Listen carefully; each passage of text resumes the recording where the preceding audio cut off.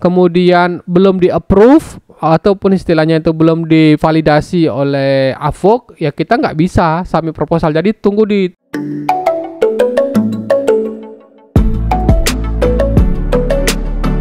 Assalamualaikum warahmatullahi wabarakatuh. Mas, kalau submit proposal nggak bisa diklik itu kenapa ya kira-kira? Mungkin maksudnya ini adalah teman-teman membuat akun di Avok karena pengen berburu di Avok. Kemudian pas waktu dia klik kanan proyek ini, nah ini nggak ada tulisan submit proposal. Proposalnya ini nggak bisa dikirimkan, teman. Biasanya dari pengalaman saya pribadi, kalau misalnya teman-teman itu tidak bisa diklik ininya, proyeknya itu di submit proposal, ada berbagai kemungkinan. Kemungkinan pertama, teman-teman itu baru buat akun di Avok dan teman-teman itu belum di verified. Jadi teman-teman itu semua akun yang masuk di Avok itu pasti akan di review dulu, teman-teman. Jadi nggak kayak Facebook, kita buat Facebook kemudian tahu-tahu kita langsung boleh memposting dan segala macam kan, kalau kecuali dan sudah kita verified kan sendiri mungkin lewat email ataupun nomor telepon.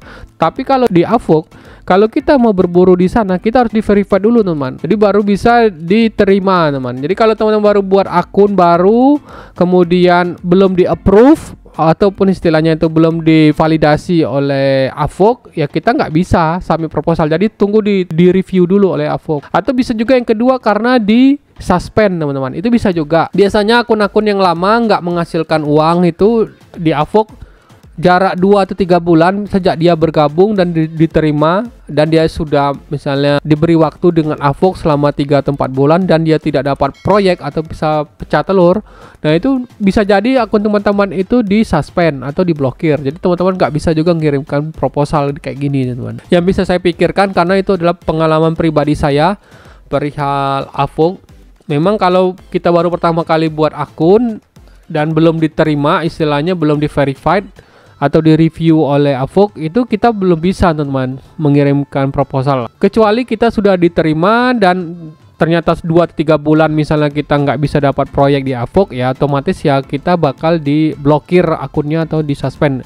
Dianggap oleh Avok kita tuh tidak bisa bersaing dengan freelancer yang lain dan tidak bisa istilahnya menghasilkan uang dan berburu proyek yang ada di Avok. Kayak gitu aja, teman-teman. Memang agak kejam juga sih, cuman ya namanya bisnis ya, teman-teman. Namanya bisnis kan pasti itu Avok juga pengen profit juga. Itu saja tadi, teman-teman, jawabannya bisa saya berikan untuk Mbak yang bernama Ismi Rahmadadanti ini. Semoga video ini berguna juga, teman-teman. Dan kalau teman-teman juga penasaran pengen nonton video yang ditanyakannya ini tadi, nanti video yang ini juga akan saya pin di pin komentar maupun di kolom deskripsi ya, teman-teman. Nanti dicek aja.